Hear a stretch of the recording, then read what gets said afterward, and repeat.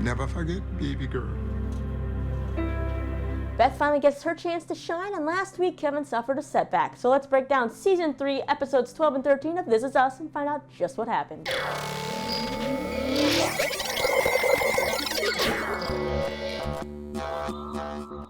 Rise and shine on you lovely people, Lisa here, and huge apologies for being an episode behind on my This Is Us recaps. Last week, crazy week when it came to my work and my personal stuff that I had going on. I have a little bit of a cold, or it's allergies, I'm not sure. But basically, I ended up putting that episode off, and now I'm cramming 2 episodes worth of recaps into this one video. So I will try to keep the recap on last week's episode sort of brief so we can focus on this week's Beth-centric episode, which I absolutely loved. But again, I am sorry for being so behind. I promise I'm going to whip my butt into gear. We're going to get on a schedule, and it's going to work, right? Anyways, if you only want to hear about this week's episode of This Is Us, the Beth-centric episode, I'll put a time code down in the description so you can skip ahead. But for now, let's talk about last week's episode, Songbird Road Part 2, and the conclusion of what it seems like our Uncle Nicky storyline. So in last week's episode, we had the big 3 trying to help Uncle Nicky out, and they take him to a hotel, and then they plan on taking him to visit some VA hospitals and centers to get some help. They then get a surprise when Rebecca walks into the hotel and meets Nicky for the first time, and she notices that he and Jack have the same eyes, and she ends up learning that Jack showed Nicky a picture of the family when he visited that one time in 1992, which we saw in the flashbacks, which caused Rebecca to finally put 2 and 2 together about that weekend she remembers and why Jack came home so upset after returning from a visit with a so-called war buddy. Now she kind of understands where his head was at that time. Now while Rebecca and Kevin take Nicky to the VA centers, Randall and Kate head home, and they make a pit stop by their old house where they go take a look around, and they end up realizing that they remember the events of that weekend with that visit when Jack came back from seeing Nicky differently. And we see just how 2 people can remember the same day but have different memories that linger with them. So Kate remembered the positive, Randall remembered the positive, but also that bit of darkness that happened with Jack when he threw the plate against the wall and also yelled at them. Now eventually we see Kevin struggling with the fact that Nicky doesn't seem to want help or to change, and Kevin just can't get through to Nicky. And while Kevin does return to Nicky's trailer and helps him fix the leak in the roof, we discover that unfortunately Kevin has relapsed during this time. We also learn in a flashback that while Kevin may not show his emotions up front or want to talk about anything he's feeling, he cares so deeply for people and he just wants them to be happy. But you can tell that the fact that he can't really help someone like his uncle, and that his uncle doesn't even want his help, that it's really taking a toll on Kevin, triggering him to relapse. And while Rebecca tells Kevin that she's proud of him on their drive home, you can see that Kevin's pretty ashamed of what he has done. Then the end of that episode sets up for this week's episode as Beth learns that her mom hurt her hip, so she and Zoe are planning to drive to DC to visit her mother. So that's pretty much it, right? I hope I covered all the main points of last week's episode. I know it's not in depth like usually I do. I tried to make it kind of quick. Basically, I had the main struggle that's moving forward from this episode is that Kevin has relapsed. So is he going to learn from the last time? Is he going to reach out for help, or will he have another bad spiral, keep it to himself? But ultimately, it seems like kind of the Nicky storyline has been wrapped up. He has a moment with Rebecca where he gives her what she's kind of wanted to hear, a nice memory of Jack. And while Uncle Nicky doesn't want to fully change, he does agree to go to a meeting. But it feels like they've kind of put a bow on the Uncle Nicky storyline. So now that we've chatted about all of that, let's move on to this week's episode, episode 13 of the season, Our Little Island Girl, which in case you didn't figure out by watching this episode, is about Beth, and her parents always called her the little island girl who could walk before she could dance. And well, in this episode we get to learn why Beth has always been kind of stubborn in certain areas and why she was so hard on Randall and some of his big dreams for running for office and all that stuff. So in our flashback, we learn that Beth went by her full name Bethany, and she was a dreamer who loved to dance and draw, and her mom Carol was the strict no-nonsense parent, while her dad Abe was the fun-loving one. Now Bethany secretly auditioned for a ballet school and got in, and while her mom is reluctant to allow Bethany to go, her dad supports Bethany's dreams and they finally let her go. But you can already tell kind of what shapes Beth to be who she is today when her mom tells Bethany that if she's going to do this, she's going to have to give it everything and be the best. Now, as Bethany gets older, her body changes and doesn't really lend itself to the ballet, and well, she doesn't end up being the best, even though she's been working so hard at it, so she decides to work even harder in hopes of getting that solo spot in the senior showcase so that she can go live out her dreams of being a principal dancer at the Royal Ballet. She's thrown a curveball, though, when it's revealed that her father has lung cancer, and Carol doesn't even give Bethany and Zoe a second to take in the news and be upset. Like, it's immediately wipe those tears and come clean the kitchen. Bethany now wants to quit dance because she feels like it's her fault that her dad worked so hard in order to make money to pay for that dance school. But Carol informs Bethany that she is going to stick with her path because she chose it and she has to, well, be the best. So when this new girl joins the class and she ends up being really good, Bethany confides in her dad, who reminds her of the story of how she, well, learned to dance before she could walk, and he tells her to never forget who she is. We then see one night Bethany start to go upstairs and tells her dad goodnight, but it seems like there's something else she wanted to say to him, but she refrains, and then we learn that he's passed away, so maybe Bethany never got to tell him what she wanted to. And we see Bethany and her mom take kind of no time off to grieve Abe. And so Bethany's right back in dance class. She learned she didn't get the solo. So now she's kind of like, great, was my hard work worth it? But if anything, it's kicked her butt into gear, and she's now determined to work even harder. But you know what? Carol has other plans. She gave Bethany a shot with dance, but now it's time to actually like live in the real world. And she gives Bethany a college guide and says it's time for Bethany to choose a different path than saying you're giving up dance because it's not a realistic path for you and it's just setting you up to fail. Then we see Carol drop Bethany off at the freshman mixer at Carnegie Mellon, where she says it's time for a new start. And a new start is something she's going to get. We see Bethany decide to change her name on her name tag to say just Beth.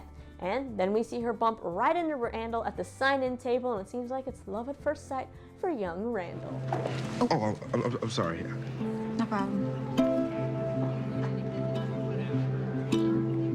So jumping into the present, we see that Beth and Zoe are both a bit scared about going to visit Carol to tell her all the things they need to tell her.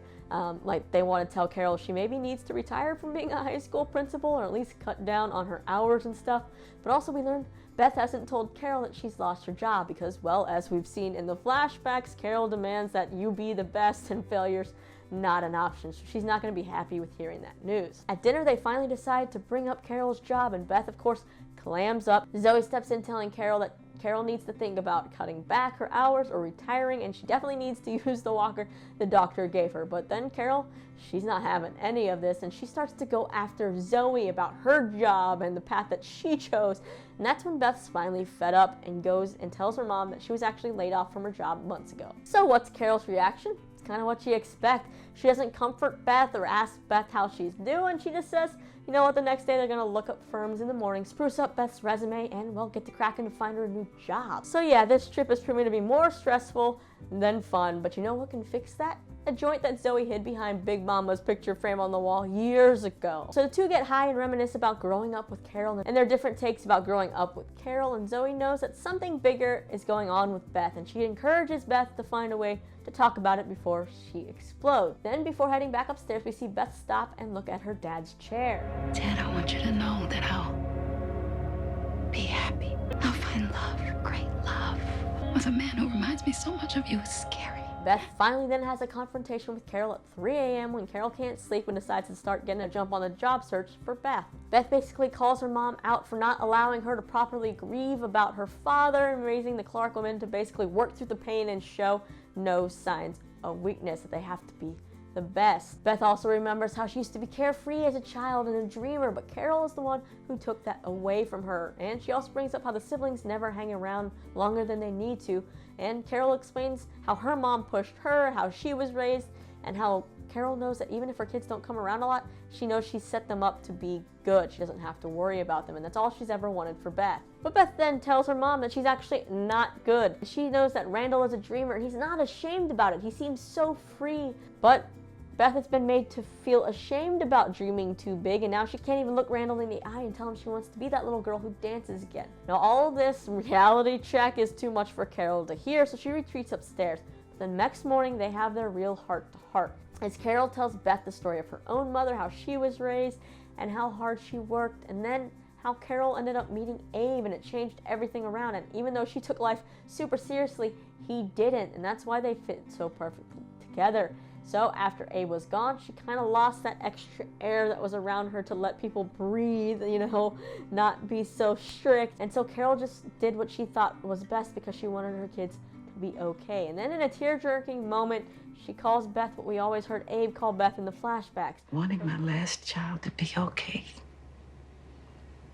A little island girl who danced before she could walk. well, Beth ends up making peace with Carol, telling Carol that she didn't fail her and that Beth is actually really strong because of her mother, and that her mom can't regret the path that Beth actually took, because all in all, it led her to Randall and her girls and a job she did love for 12 years. So, you know, it worked out pretty well for Beth, even if she didn't get to carry out her dream of being a dancer. But Carol does apologize for taking dance and dreaming away from Beth so quickly, and Beth says thank you, and it seems like peace has been made. Beth then returns home to Randall and says she knows what she wants to do next. We then see Beth enter her dance studio or her dance school, and she busts out some of her old moves, and then we see the teacher come in and say Beth's too good for a beginner's class. She's gonna have to maybe take a step up when it comes class-wise. But Beth says she wants to talk to them about actually teaching. So that kind of starts to set up for the flash forward we had earlier this season, where it seems like Beth was running some kind of dance school, and now we know the background about Beth's passion in dance. And yeah, I think that pretty much wraps up the main events of this week's episode. We essentially learned that Beth was raised to always strive for the best. Failing was not an option. Don't show weaknesses, which is why we've seen her be so tough with Randall and the girls at various times. But now that her and her mother have made peace, I'm excited to see where Beth goes moving forward. But also we gotta fill in all those other blanks, because Beth did not seem very happy in the flash forward, even though she has her job running a dance school. We also see that making peace has had an effect on Carol, as we see her return to work and she's actually using her walker this time. So baby steps, right? Baby steps. But yeah, you know what? Beth has always been one of my favorite characters, and there's at times when she's, you know, the moral compass of the show, and then there's times when she's the comic relief. But I'm glad she finally got her due in this episode with a full arc for her and getting to know her backstory. Like, she finally got her chance to shine, and Susan Kelechi Watson, she is superb in this episode, but I really gotta give a hand to the casting people. They need an award, because they find such great actors to play the young versions of these characters, and in this case, they look just like what you would imagine, you know, Susan and Beth looking like when they were younger. It was perfect. I loved every little bit of it, honestly. So yeah, those people, they need an award for this casting process. The one thing I really loved this episode, though, was that really quick moment with Randall and Beth where they sort of meet for the first time, as in Beth probably doesn't even remember it, and she, you know, hits him, runs into him. So hopefully we get to see more of that flashback time to learn more about their courtship. But yes, these one-off episodes, I know they can be hit or miss. You know, they focus mainly on one character, kind of slows down the pace of the storylines that we've been leading up to, but also sometimes it's nice to have that little break, especially on a show like This Is Us, where every storyline seems so heavy, and sometimes you just leave an episode emotionally drained. It's nice to have these kind of one-off episodes where you can just focus on one character, have a complete kind of arc, you know, ride the ups and downs. But yeah, that pretty much wraps up my ramblings and thoughts on the past two episodes of This Is Us. So let's go ahead and take a look at the promo for the March 5th episode. On the next This Is Us. You ready? 1, 2. Whether it's a chance at new love Would you like to grab a cup of coffee sometime? or a life-altering secret, Hey, Kev, are you good? Are you okay?